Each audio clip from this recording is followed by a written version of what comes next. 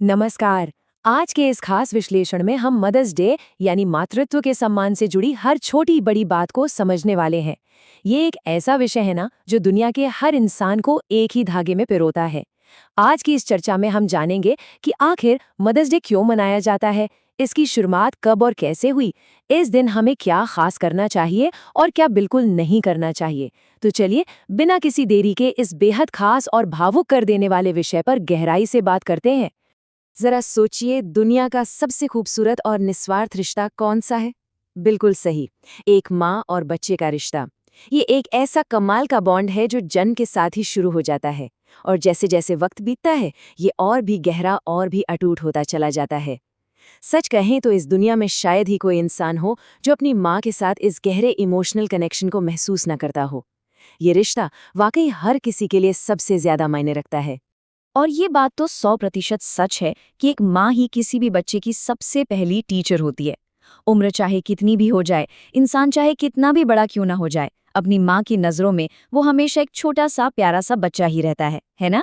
माँ की इसी बिना शर्त वाले प्यार, त्याग और सपोर्ट के लिए दिल से थैंक यू कहने का दिन है मदर्स डे। वैसे तो माँ का सम्मान हर पल होना चाहिए, लेकिन ये खास दिन हमें मौका देता है इस खूबसूरत रिश्ते की गहराइयों को पूरी तरह से सेलिब्रेट करने का। तो आइए बढ़ते हैं हमारे पहले भाग की तरफ, प्राचीन उद्गम, प्राचीन काल में माताओं का सम्मान। अब अगर हम इतिहास के पन्नों को पलटें तो पता चलता है कि माँ को सम्मान देने का ये सिलसिला कोई आज का मॉडर्न ट्रेंड नहीं है। इसका कनेक्शन सीधे प्राचीन ग्रीस यानी यूनान से जुड़ता है। वहाँ वसंत ऋतु में ग्रीक देवताओं की माँ के सम्मान में बकायदा बड़े बड़े उत्सव मनाए जाते थे। और सिर्फ ग्रीस ही क्यों, प्राचीन रोम में भी आइड्स ऑफ मार्च के दौरान 15 से 18 मार्च तक माताओं के सम्मान में शानदार त्योहार मनाए जाते थे। मतलब ये साफ है कि सदियों पहले भी समाज में माँ का रुतबा सबसे ऊंचा माना जाता था। इसी कड़ी में यूरोप और ब्रिटेन की एक बहुत ही प्यारी सी पुरानी परंपरा रही है जिसे मदरिंग संडे कहा जाता था। कैथोलिक कैलेंडर के अनुसार इसे लेंट के चौथे रविवार को मनाया जाता था। इसका मुख्य उद्देश्य वर्जिन मैरी और मदर चर्च का सम्मान करना था। लेकिन इसका सबसे खूबसूरत हिस्सा पता है क्या था?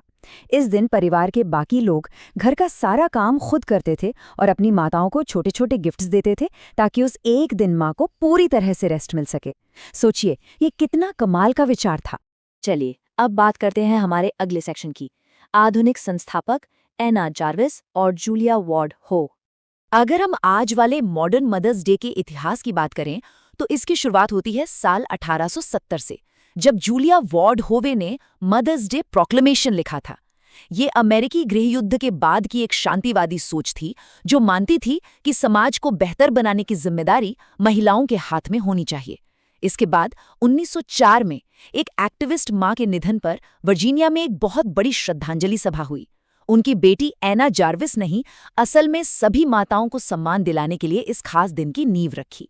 1912 में एना ने इस दिन को ट्रेडमार्क करवाया और फाइनली 1914 में उनके अथक प्रयासों से इसे अमेरिका में एक आधिकारिक राष्ट्रीय दिन की पहचान मिल गई। और इस तरह से तय हुआ मई महीने का दूसरा रविवार। लेकिन क्या कभी दिमाग में ये सवाल आया है कि मदर्स डे के लिए संडे यानी रविवार को ही क्यों चुना गया? इसके पीछे का लॉजिक बहुत ही सिंपल और दिल को छू लेने वाला है।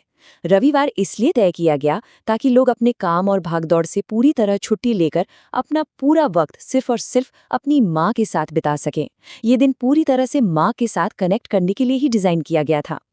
आइए अब देखते हैं हमारा अगला हिस्सा, वैश्विक परंपराएं, एक भावना अनेक उत्सव। ये देखकर सच में बहुत हैरानी होती है कि भावना एक ही है, लेकिन दुनिया भर में इसे सेलिब्रेट करने के तरीके कितने अलग अलग हैं। उदाहरण के लिए चीन में 1997 से इस दिन को ग्रामीण इलाकों की गरीब माताओं की मदद करने के लिए मनाया जाता है, जो कि एक बहुत ही नेक पहल है। जापान में शोवा काल के दौरान इसे महारानी के सम्मान में मनाया जाता था, जो धीरे धीरे हर माँ के सम्मान में बदल गया। वहीं अपने भारत में इस दिन को कस्तूरबा गांधी जी के सम्मान के साथ जोड़कर देखने की एक महान परंपरा रही है। और थाईलैंड में तो मातृत्व दिवस वहां की महारानी के जन्मदिन के साथ बहुत ही भव्य तरीके से सेलिब्रेट किया जाता है। अलग अलग देशों की इन अनोखी परंपराओं के बीच एक चीज जो आज पूरी दुनिया में बिल्कुल कॉमन हो गई है, वो है माँ को प्यारे प्यारे ग्रीटिंग कार्ड्स और फूल देना। खासकर चीन और जापान जैसे देशों में तो मदर्स डे पर माँ को कार्नेशन यानी गुलनार और गुलाब के फूल गिफ्ट करने का बहुत बड़ा ट्रेंड है। सच कहें तो ये एक बहुत ही स्वीट सा तरीका है उन्हें ये बताने का कि वो हम सभी की जिंदगी में कितना मायने रखती हैं।